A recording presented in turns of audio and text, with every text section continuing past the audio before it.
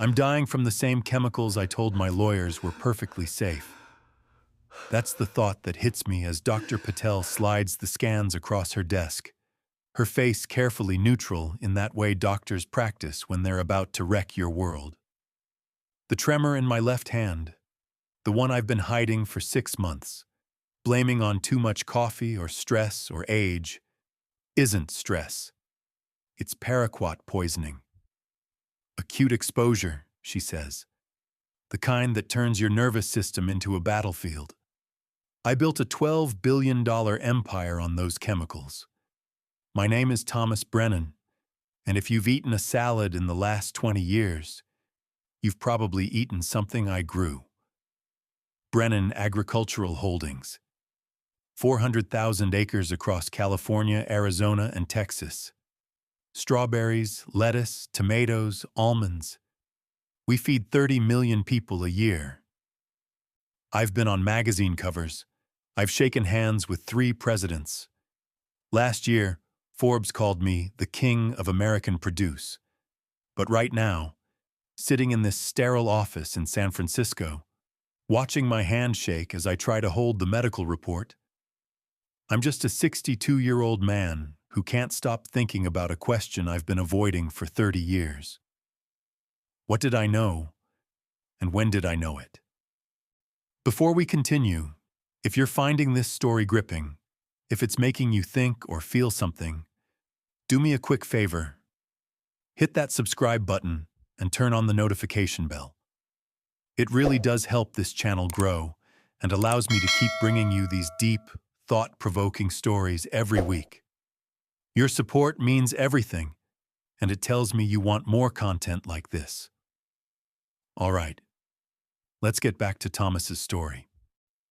It starts with a document I haven't thought about in decades. I'm 30 years old, aggressive, hungry. My father's farm in Salinas Valley is drowning in debt, and I've got a plan to save it.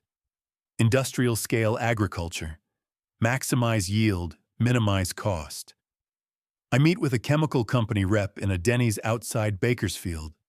He's got a briefcase full of solutions. This stuff, he tells me, tapping a brochure for something called paraquat dichloride, will change your life.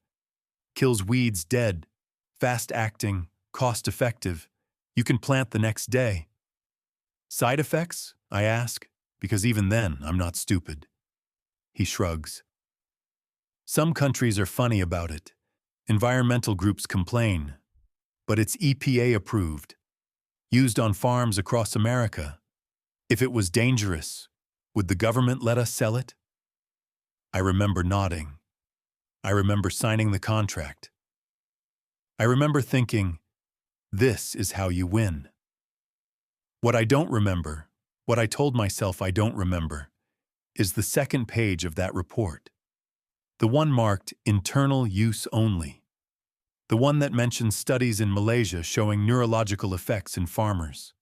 The one that said, in careful legal language, that prolonged exposure might cause something called Parkinson's-like symptoms. I filed it away. I never mentioned it to my workers. I told myself it wasn't relevant. Now it's in my hands, literally. The tremor that won't stop. The disease moves fast. 3 weeks after the diagnosis, I can't button my own shirt. My voice softens to a rasp. My assistant, Patricia, who's been with me for 15 years, starts looking at me with something between pity and fear. You need to rest, she says. But we both know I can't rest. I'm in the middle of an acquisition. A Senate subcommittee wants me to testify about labor practices. There's a shareholder meeting in 2 weeks. But the board knows. Of course they know. They see the tremor. They see me forgetting words mid-sentence. See me gripping the table to stay steady. At the emergency board meeting, Victor Chen, my CFO, the man I trusted to build this empire with me, delivers the blow with surgical precision. Thomas, we think it's time to consider succession planning. Succession planning. Corporate speak for Get out before you become a liability. I'm not dead yet, I say, but my voice cracks and the room falls silent. That night, I do something I haven't done in years. I drive. Not to my penthouse in Pacific Heights, not to my ranch in Napa. I drive east toward the Central Valley, toward the place where all of this started. I drive to Greenfield, California. Greenfield is a town of 17,000 people, most of them Latino farm workers, most of them working for companies like mine. It sits in the Salinas Valley, the salad bowl of the world, surrounded by endless fields of lettuce and strawberries and artichokes. The roads are straight and flat. The air smells like fertilizer and dust. I haven't been here in 8 years. I park outside a shuttered medical clinic on the main street and just sit. Watch the town in the evening light. Mothers walking kids home from school. Men in work clothes heading to the corner store. Normal people living normal lives in the shadow of my fields. And I think about Rosa Delgado. Rosa Delgado worked for me for 19 years. I didn't know her name until 3 years ago, when her daughter sued me. Rosa started in the fields in 1998, part of a crew that harvested strawberries in Watsonville, then lettuce in Greenfield, then tomatoes in Fresno. She followed the crops, followed the work, followed the paycheck that fed her 3 kids. She was 41 years old when she started showing symptoms: tremors, rigidity, slurred speech. The doctors called it early onset Parkinson's. Her daughter Elena called it something else: poisoning. The lawsuit never made it to trial. My legal team buried her in motions, delays, expert witnesses who testified that Parkinson's is idiopathic, that correlation isn't causation, that Rosa could have gotten sick from 1,000 different sources. We offered a settlement, $50,000 and an NDA. Elena Delgado spat in my lawyer's face and walked out. Rosa died 6 months later. She was 61 years old. I never met her. I never apologized. I never even acknowledged her existence publicly. Now I'm sitting in a rental car outside a clinic in Greenfield, and I can't stop thinking. How many others? I pull out my phone. I do something I swore I'd never do. I search for Elena Delgado. She's still here, still in Greenfield. She runs a small nonprofit now, something called the Central Valley Farm Worker Health Alliance. There's a photo on their website. Elena, mid-30s, fierce eyes, standing in front of a community center. Before I can talk myself out of it, I call. This is Elena. Her voice is sharp, suspicious. I realize she probably gets calls from activists, journalists, lawyers, people wanting something. My name is Thomas Brennan, I say. I'd like to talk to you about your mother. Silence. Long enough that I think she's hung up. Then, are you recording this? No. Are you with a lawyer? I'm alone. Another pause. Why now? It's the question I've been asking myself. Why now? Because I'm dying? Because guilt finally caught up with me? Because some part of me, the part that's still human, needs to know what I've done? Because I think I owe you the truth, I say. She laughs. It's not a happy sound. The truth? The truth is my mother couldn't lift a cup of coffee by the end. The truth is she forgot my name. The truth is she died scared and confused. And you made it happen. I know. Do you? Her voice breaks. Do you really? Or are you just trying to feel better before you die? The accusation hits like a slap, and I realize she knows. Of course she knows. It probably made the news. Billionaire CEO diagnosed with Parkinson's-like disease. The irony too perfect to miss. I'm not looking for forgiveness, I say. I just want to talk. Face to face, no lawyers, no recordings, just a conversation. I don't owe you anything. I know, but I'm asking anyway. She's quiet for a long time.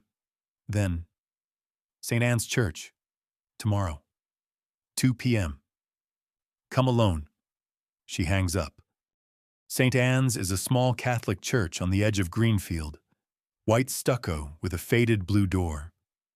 I arrive 15 minutes early. The parking lot is empty except for an old Honda Civic with a farmworkers' rights bumper sticker. Elena is waiting inside, sitting in the back pew. She doesn't stand when I enter. She just watches me walk down the aisle, my gait unsteady now, my cane clicking against the tile floor. I sit beside her, not too close, respectful distance.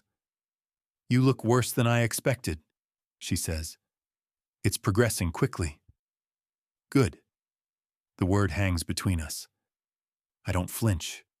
I deserve it. My mother used to pray here, Elena says, staring at the altar. Every Sunday, even at the end, when she could barely walk, I'd bring her. She'd sit right here and pray for us, for my brothers, for her grandkids. You know what she never prayed for? Justice. She didn't think God worked that way. I'm sorry, I say, and the words feel pathetically small. You're sorry.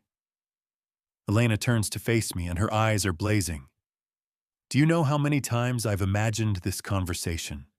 How many times I've thought about what I'd say if I ever met you? I had speeches prepared. I was going to destroy you, make you feel every ounce of pain my mother felt. You can, I say. I won't stop you. She studies my face. Why are you really here, Mr. Brennan? Because I need to know, I say. How many? How many people like your mother? You want a number? I want the truth. Elena reaches into her bag and pulls out a folder. She opens it, and I see pages of names. Hundreds of names. These are people who've contacted our organization, she says. Farm workers or their families, neurological disorders, cancers, respiratory diseases, all of them worked in fields that used paraquat, organophosphates, other chemicals your company sprayed by the ton. My hands are shaking harder now. I grip the pew to steady myself. We can't prove causation, Elena continues. That's what your lawyers would say. That's what they did say in court over and over. But we know. Everyone in these communities knows. You don't get this many sick people in one place by coincidence. How many? I whisper. We've documented 437 cases, but that's just the people who came to us. The real number? She shakes her head.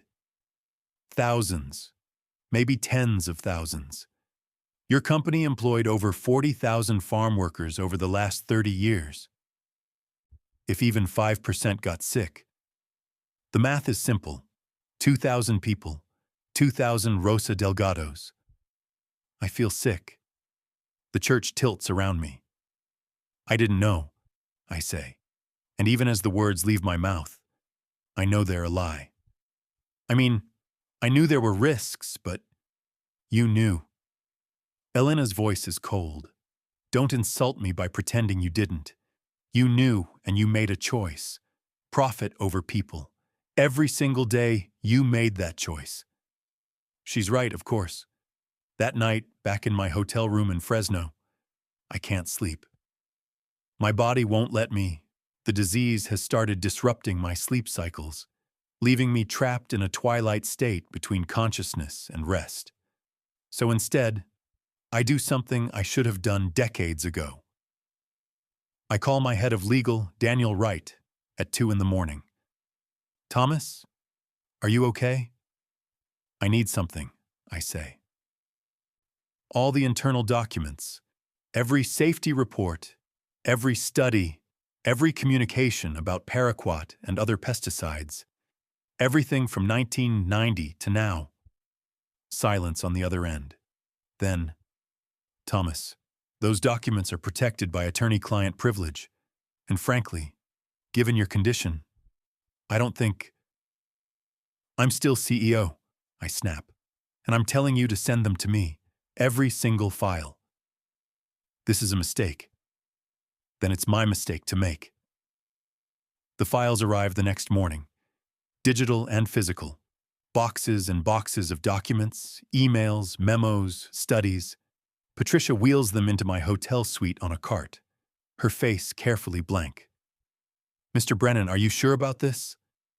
No, I say honestly, but I'm doing it anyway.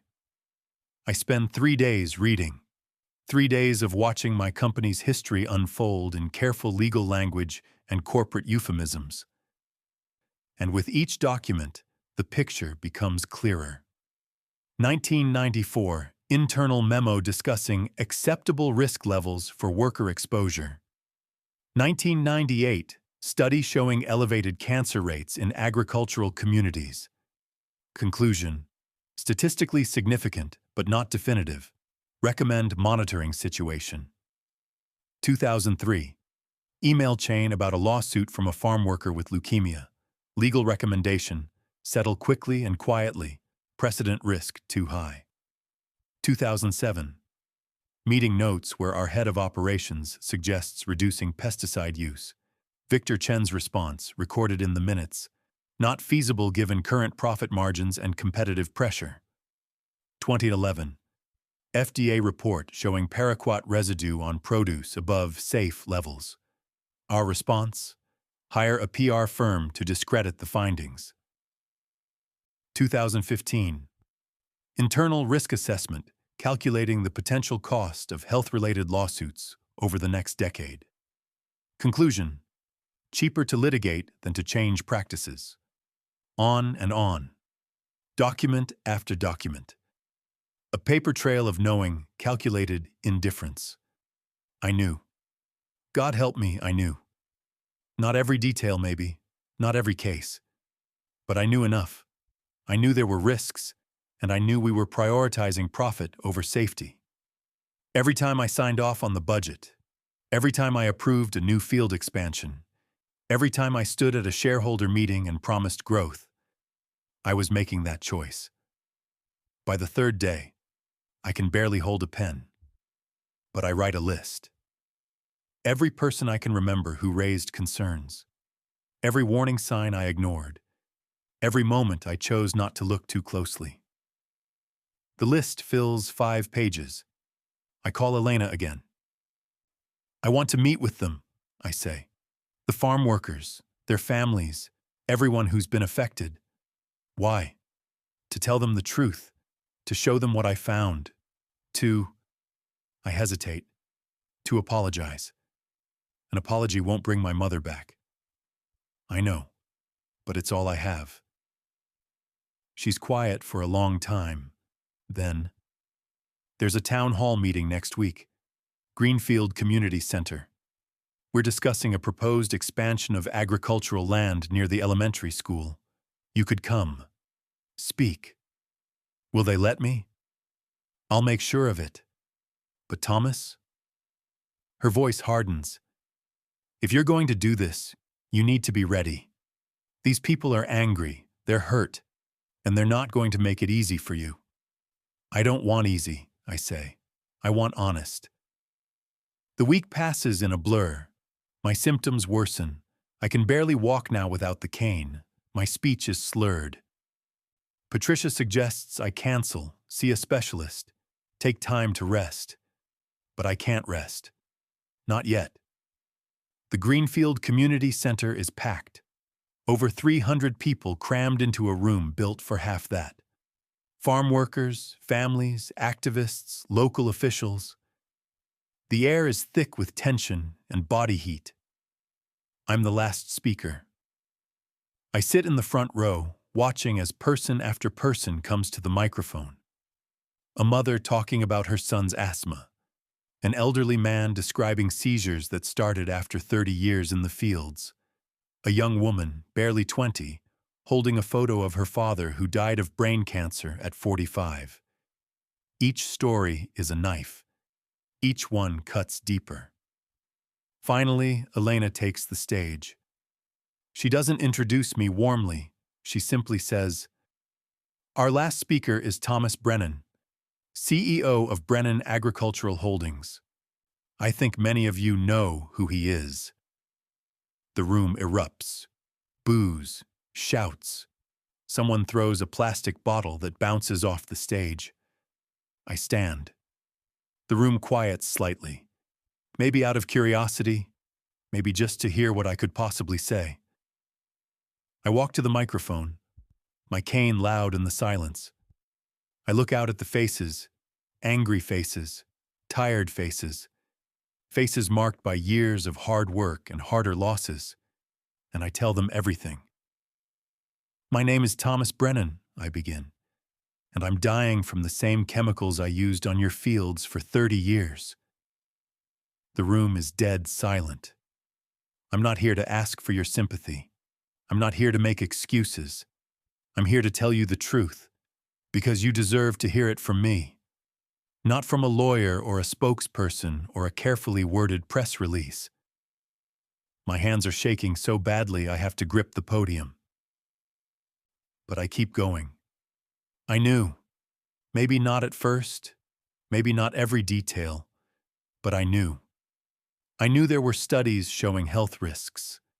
I knew workers were getting sick, and I made a choice, over and over again, to prioritize profit over your safety, over your lives. Someone in the crowd shouts, "Murderer!" I don't disagree. I told myself it was complicated, that the science wasn't conclusive, that we were following regulations, doing what other companies did. But those were lies. Lies I told myself so I could sleep at night, so I could look in the mirror and see a businessman instead of what I really was. I pull out the documents, hundreds of pages. I hold them up. These are internal company documents spanning 30 years, safety reports we ignored, studies we buried, communications showing we knew about the risks and chose to hide them. I'm releasing all of them today, to the press, to regulators, to anyone who wants to see them. The room erupts again, but this time it's different. Shocked murmurs, people leaning forward.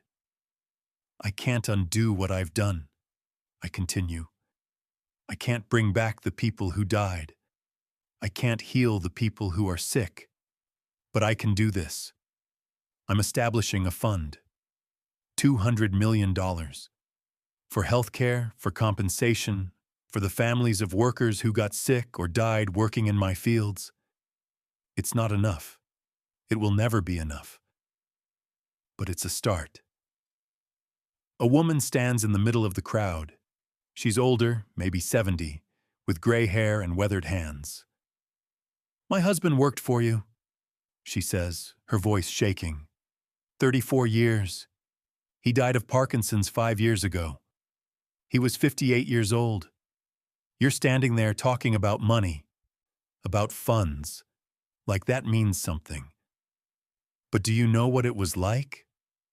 Watching him forget how to speak, how to feed himself, holding him while he cried because he couldn't remember our daughter's name?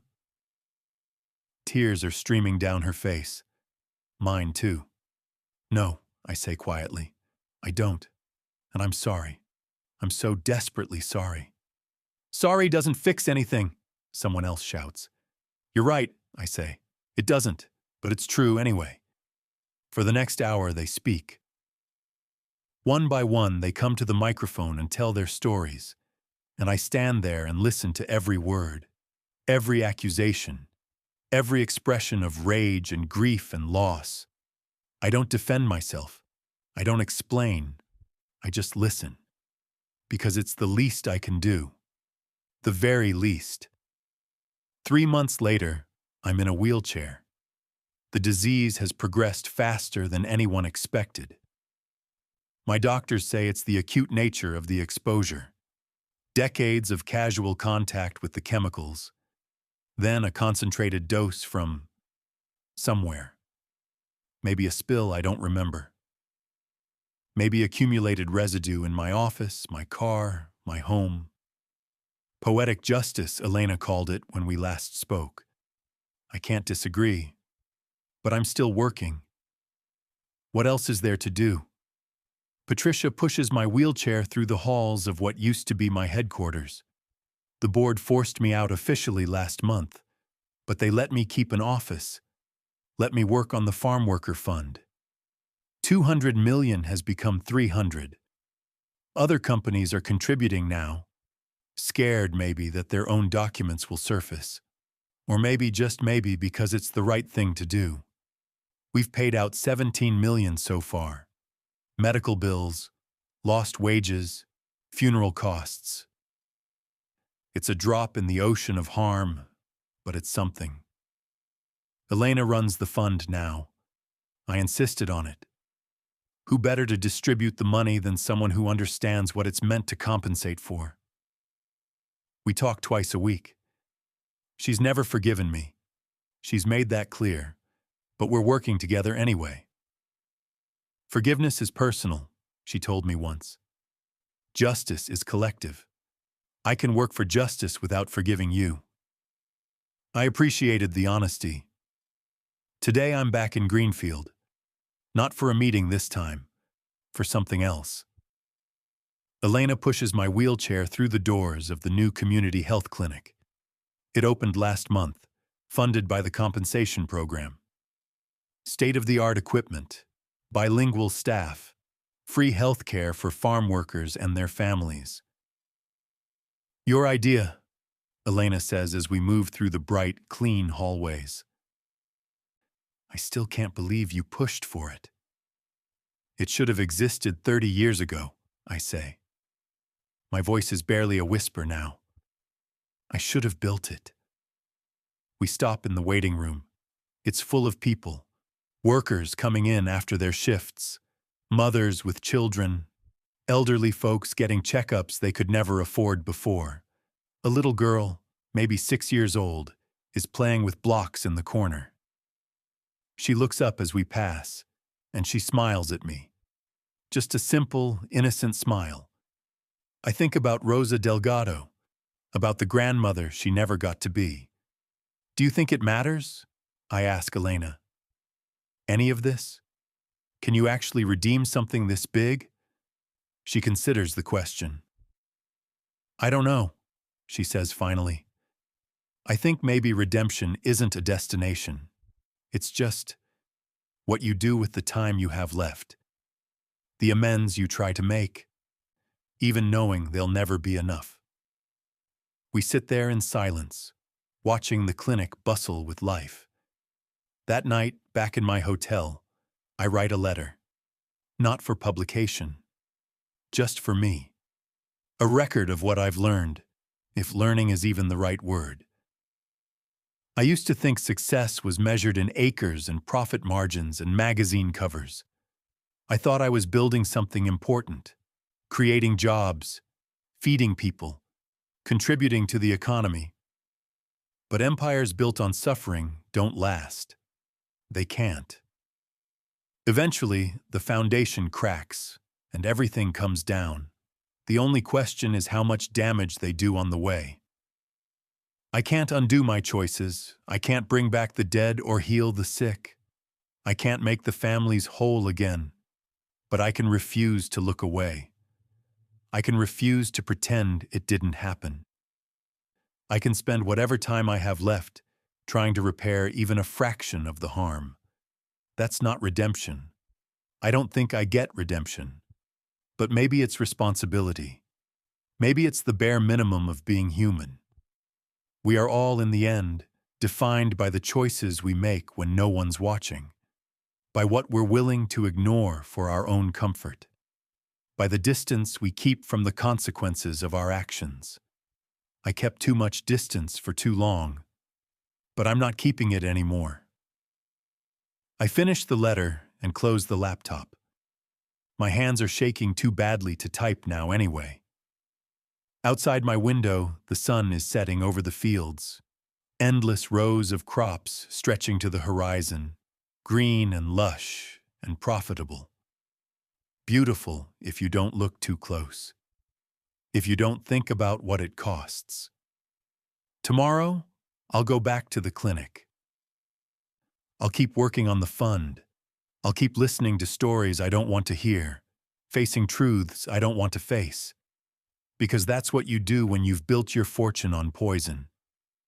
You spend your last days trying to plant something better, even if you never get to see it grow.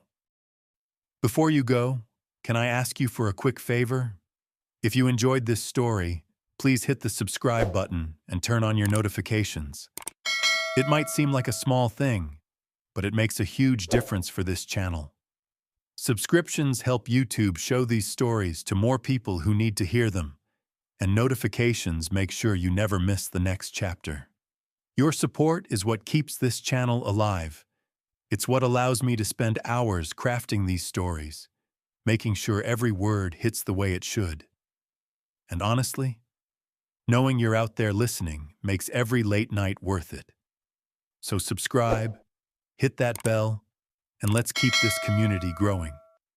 More stories are coming, and I can't wait to share them with you.